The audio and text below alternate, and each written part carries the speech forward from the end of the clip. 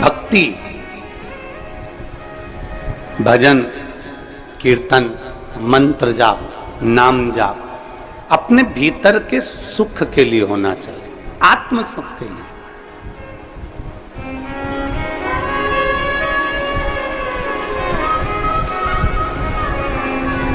और जब हमारे आत्म सुख का हम विषय देखें, आप में से कोई लोग ऐसे भी बैठे होंगे जो कपड़े सिलते होंगे, कोई दर्जी भी बैठे होंगे जो सिलाई करते होंगे, कहीं मेरी जीजियाँ भी कोई ब्लाउज सिल लेती हैं, लहंगा सिल लेती हैं, साड़ी सिल का फाल पीको कर लेती हैं, वो भी बैठी होंगी, बहुत सारे लोग बैठे। हम जहाँ वहाँ रहते थे नमक चौराहे पर, तो वहाँ हमारे घर के 3 घर छोड़ के 2-3 टेलरों की दुकान थी, दर्जियों की दुकान 2-3।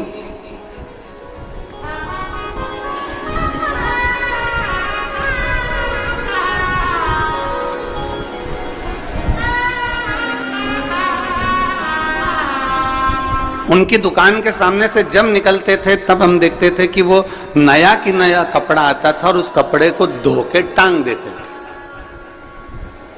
आपने देखा है कि नहीं देखा हमको नहीं मालूम, पर हम जहाँ रहते थे वहाँ हमारे घर के पास में 2-3 दुकानें थी और कपड़े को नया की नया कपड़ा, शर्ट का नया की नया कपड़ा पेंट कर उन्होंने पानी में से निकाला और टांग दिया। हमने पूछा, भैया ये कपड़ा तो नया है, इसको क्यों धो दिया? ये जितना छोटा होना है ना हो जाएगा, इसका जितना कलर निकलना है ना निकल जाएगा, और कलर निकल गया और छोटा हो गया, उसके बाद अगर हम इसको बनाएंगे ना तो फिर ये छोटा नहीं होगा। इसको धो के टांग दिया, फिर ये ना छोटा होगा ना इसका कलर निकले। बस यही वेद व्यास जी कहते हैं, जैसे कपड़े वाला कपड़ा सिलने से पहले उसको धोकर टांग देता है कि इसका कलर नहीं निकले, ये कपड़ा छोटा ना हो, उसी तरह भगवान जन्म देने के बाद आपको शिव महापुराण की कथा में धोकर परमात्मा के चरणों में टांग देता है। परमात्मा के चरणों में ले जाकर गुरु आपको बिठा देता है। पहले सत्संग में, भजन में, कीर्तन में, शिव पुराण में आपको बाल्टी में, मतलब इस सत्संग रूपी अमृत में आपको धो देता है और धोने के बाद परमात्मा के पास में छोड़ देता है। फिर उसको मालूम है कि ये छोटा नहीं होगा, छोटा मतलब अहंकार, काम, आसक्ति, वासना, तृष्णा में ये जाएगा नहीं, निचोड़ेगा नहीं, और इसका कलर नहीं जाएगा। कलर से मतलब है कि जो अंदर इसके रंग भरा गया भगवान की भक्ति का, इसके अंदर जो रंग भरा गया राम नाम कृष्ण नाम का, इसके अंदर जो रंग भरा गया भगवान की अविरल भक्ति का, फिर वो मिटने वाला नहीं।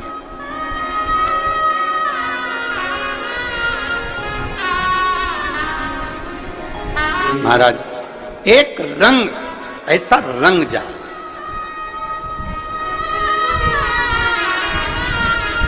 और वो रंग साधारण नहीं होना चाहिए। थोड़ी सी धुलाई में अगर रंग निकल जाए तो क्या मतलब था? किसी ने तुमसे कहा क्या होता है शिव जी को जल चढ़ाने से, क्या होता है शंकर जी का जल पीने से, क्या होता है भगवान शंकर की भक्ति करने से, मतलब उतने में तुम्हारा रंग छूट जाए तो बड़ी बेकार बात। कोई तुमको बार बार कह रहा है कि बेलपत्री खाने से क्या होगा, जल चढ़ाने से क्या होगा, शिवलिंग पर जल चढ़ाकर पीने से क्या होगा, कोई ने कहा और तुम्हारा रंग छूट गया, शिव भक्ति छूट गई, तो व्यर्थ है तुम्हारा भजन, व्यर्थ है तुम्हारा कीर्तन, व्यर्थ है नाम।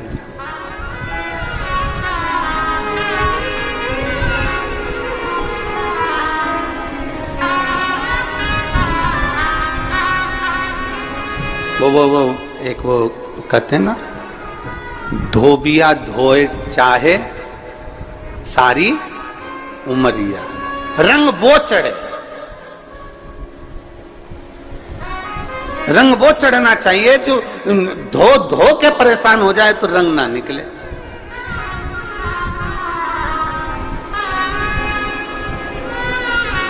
कपड़ा थोड़ा सा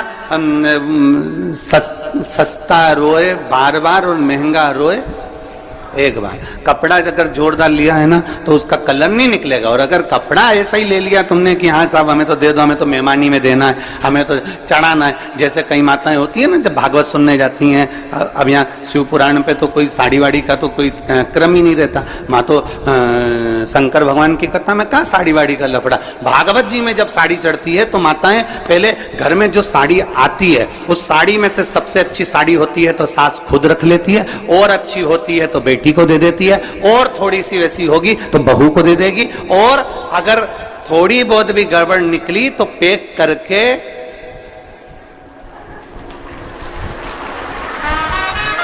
और भागवत जी में चढ़ा दे।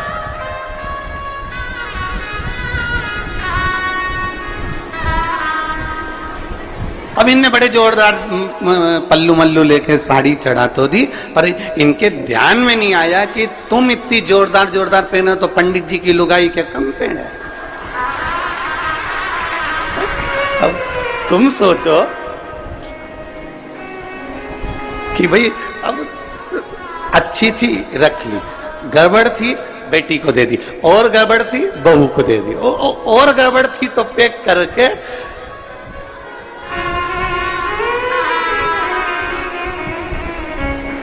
दान का महत्व मालूम है आप लोगों को? दान का महत्व मालूम होना चाहिए। दान का महत्व किसको कहते हैं? जैसा तुम खाओ वैसा खिलाना जानो, जैसा तुम पहनो वैसा पहनाना जानो, जैसा स्वयं के लिए हो वैसा दूसरे को दिया जाए। पर आज के जमाने में लोग दान वैसा नहीं करते। आज के जमाने में दान तो ऐसा करते हैं कि घर में जो कबाड़ा है उसको साफ करना है तो किसी को दे दिया जाए, बस वहां से वहां, वहां से वहां, वहां से वहां चलता जाता है ना। इसलिए मेरे शंकर भगवान को वस्त्र तुम्हारा, आभूषण तुम्हारा, तुम्हारी ज्वेलरी, तुम्हारा धन, तुम्हारी दौलत, तुम्हारी संपदा, तुम्हारी सत्ता, तुम्हारा वैभव मेरे शंकर भगवान को नहीं चाहिए। शंकर भगवान को तो रोज एक लोटा जल चाहिए, क्योंकि जल कभी पुराना नहीं होता। जल जब यूज करोगे तब वो ताजा की ताजा है, जल का प्रयोग जब करोगे वो जल जल ही रहेगा। अग्नि, जल, हवा, पृथ्वी, आकाश कभी बासा नहीं होता, कभी बासा नहीं कहलाता। जल भी बासा नहीं कहलाता, जल जल ही रहता है।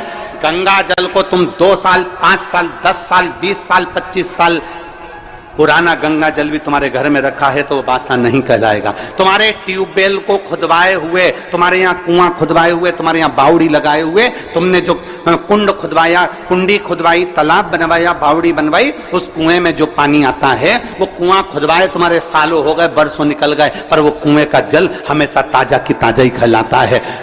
कभी भी पृथ्वी बासी नहीं कहलाती, हवा बासी नहीं कहलाती, जलवासी नहीं कहलाता, अग्निवासी नहीं कहलाता, आकाशवासी नहीं कहलाता। ये सब ताजे की ताजे हैं। इसका प्रयोग जब करोगे, तुम्हारे शरीर में ऑक्सीजन की कमी हो रही है, तुमने तुरंत वायु का प्रयोग करा, ताजा की ताजा है। शिव जी को तुमने जल चढ़ाया, जैसा भी तुम्हारे घर में जल था, जिस भाव में तुम्हारे यहाँ रखा हुआ था, जैसा रखा हुआ था वैसा एक लोटा लेकर शिव जी के पास पहुंच गए। शंकर भगवान ने ये नहीं कहा कि जल बासी है कि ताजा है। दुनिया के लोगों को तुम्हारा लोटा काला दिख रहा है, क्योंकि तांबे का लोटा काला जल्दी हो जाता है। दुनिया के लोग कह देंगे बताओ कैसी है, एक लोटा लेकर आती है वो भी गंदा की गंदा है, काला की काला है। परमात्मा तुम्हारे लोटे को कभी नहीं देखता, परमात्मा ये शरीर कभी नहीं देखता, परमात्मा उसका अंदर का जल देखता है, परमात्मा शरीर के अंदर का मन देखता है। वो जल देखता है और मन देखता है, उसे लोटे से कोई मतलब नहीं, उसे शरीर से मतलब नहीं कि तुम कितने सुंदर हो, उसको शरीर से मतलब नहीं कि तुम्हारी सुंदरता कितनी है, तुम कौन हो, उसको शरीर से कोई। तुम कितने करोड़पति हो, कितने अरबपति हो, कितने वैभवपति हो, तुम दुनिया के कितने बड़े भी करोड़पति बन जाओ, पर कितने बड़े भी सेठ बन जाओ, शंकर भगवान रहते हैं शमशान में, जहां सबकी शान सम है, उसका नाम सम शान है। वहां सब बराबर हैं। पैसे वाला व्यक्ति मरकर जाता है वो भी राख का ढेर बन जाता है, और गरीब व्यक्ति मरकर जाता है वो भी राख का ढेर बन जाता है। पैसे वाला जाता है तो वो भी सफेद चादर में जाता है, गरीब जाता है वो भी सफेद चादर में जाता है। पैसे वाला जाता है वो भी बांस पर बांबू पर जाता है, गरीब भी जाता है तो बांस पर बांबू पर जाता है। अमीर भी जाएगा तो कंधे पर जाएगा, भले उसके यहाँ कितनी भी BMW खड़ी हो, भले उसके घर में कितनी बड़ी बड़ी गाड़ियां खड़ी हो, कितने बड़े बड़े भी उसके पास में ड्राइवर खड़े हो, पर आखिरी सवारी तो कंधा ही होता है। चाहे वो पैसे वाला मरे चाहे गरीब मरे, गाड़ियां सब दरवाजे पर खड़ी की खड़ी रह जाती है। अंत समय परमात्मा के द्वार पर जाना पड़ता है। शिव का दरवाजा है ही ऐसा, शंकर की चौखट है ही ऐसी, शिव का द्वार है ही ऐसा, जहां सबकी शान सम है, उसका नाम सम शान है। वहां कोई बड़ा नहीं कोई छोटा नहीं, जो आया उसकी दृष्टि में सब बराबर हैं। बस वो तो तुम्हारे ऊपर का सुंदरता नहीं देखता, आप कितने अच्छे कपड़े पहने हो उससे मेरे शंकर जी को कोई मतलब नहीं है, आपने क्या पहना मेरे बाबा को उससे कोई मतलब नहीं है, आपका लोटा कैसा हो रहा है मेरे बाबा को उससे कोई मतलब नहीं है। बाबा तो ये कहता है कि तेरे लोटे में जो जल है मुझे उससे मतलब है, और तेरी इस काया के अंदर जो तेरा मन है मुझे उससे मतलब है, बाकी का किसी चीज से मुझे मतलब है।